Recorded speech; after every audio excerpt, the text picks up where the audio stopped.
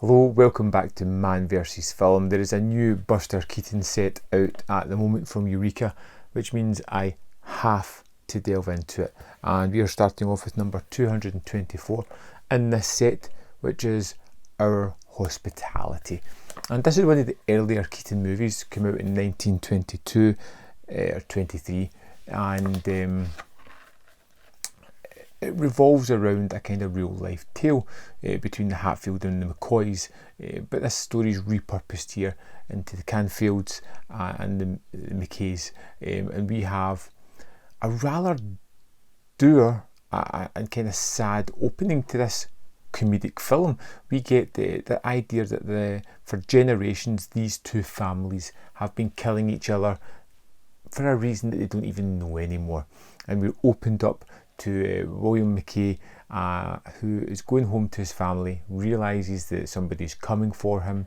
He's got a 1-year-old child there, doesn't really want any trouble, but it's coming to him anyway. These two men clash and kill each other, and the wife kind of takes the son to New York to raise him away from this feud, so he's out of this cycle of constant violence. And we jump 20 years in the future to William McKay, played by Keaton, who has now just received a letter saying that he's inherited his father's property, and with the wide-eyed innocence of believing that this to be a glorious mansion, he travels out to get his inheritance and into the arms of vengeance from the Canfields. But it feels very sad in its opening. You know, it's a comedic movie. It's very artistically shot. It's driving rain. It's dark. There's flashing thunder, lightning. It's a very unusual opening to the movie. And then we jump into New York to the current day Keaton.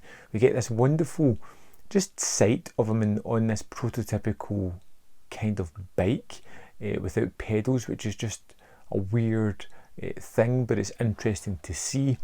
Then we get this train journey where he's travelling from New York back to where he came from, or originally came from, on this kind of really weird early train, which was visually kind of stunning to see. It's one of these old kind of ratcheted trains, but it seems to be made up of carriages that are from horse-drawn vehicles. You know, they've been kind of altered to fit on these train tracks, and these train tracks are rickety and just kind of shoddily put together, and you see that countless times throughout this journey, because this is a prolonged sequence where we're getting to see Keaton's character kind of meet a young lady on this train and kind of come to terms with feelings that are starting to come out.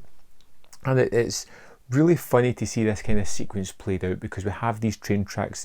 There's one that's really terrific where they go off. There is a donkey blocking the tracks for them. They try to move it. It's not happening. The only thing they can do is drag the tracks out of the way of the donkey. It just shows you how rickety these things are, how they've built tracks over fallen trees rather than moving them. It's really kind of makeshift, but kind of fun. It's an interesting sequence, which I thought was only going to be quite short, but it turned out to be quite a mainstay in the movie. The movie has all these really fun sequences, but it doesn't throw them all in at the start. It has lots of intertitles at the start of the movie as it sets up the story, but as it gets further into it, it becomes more comedic, and we get more of the typical Keaton stuff later on, particularly in the third part, the final third of the movie. And the basic kind of idea is because of this southern hospitality, if you're a guest in someone's house, they can't kill you. This young lady turns out to be a Canfield who has invited this McKay into her house for dinner, and the three guys, the father and the two sons, know who this person is and want to kill him, but because of inappropriate behaviour, they can't do that. Well, he's a guest. They need to wait until he makes one footstep outside of the door, in which case they can blast him away. And that leads to all kinds of fun scenarios of Keaton really trying to escape, deal with the situation that he's trapped within this house, but also with the situation that he has an attraction to this young lady. They have a connection of sorts. But it's really in the final third where we get that typical Keaton-esque stuff, where it's hanging off cliffs, there is waterfalls, there is rapids that he is going down in various situations, and they're all exciting, exhilarating, and breathtaking. And one of the things I noticed most about this one is the real reliance on nature in this. It really does like to show off the vistas quite a lot. It doesn't feel the need to rush its thoughts. It's really well composed for an early film, and it really does just show that grandeur that they're in, as well as being almost death-defying and jaw-dropping some of the things that happen later on.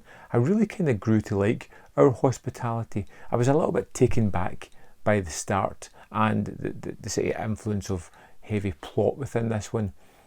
But the more the movie went on, the more I kind of eased into it, the more I enjoyed the characters and the situations. You can see what's going to happen in the end, but it doesn't matter. It's how it gets there that's really energizing and full of fantastical sequences. Like I said, I love how they do some of the stuff at the end, and it just baffles the mind how death-defying they seem, whether or not they were really as horrifying as it looks. It certainly feels that way, and it comes across in the movie.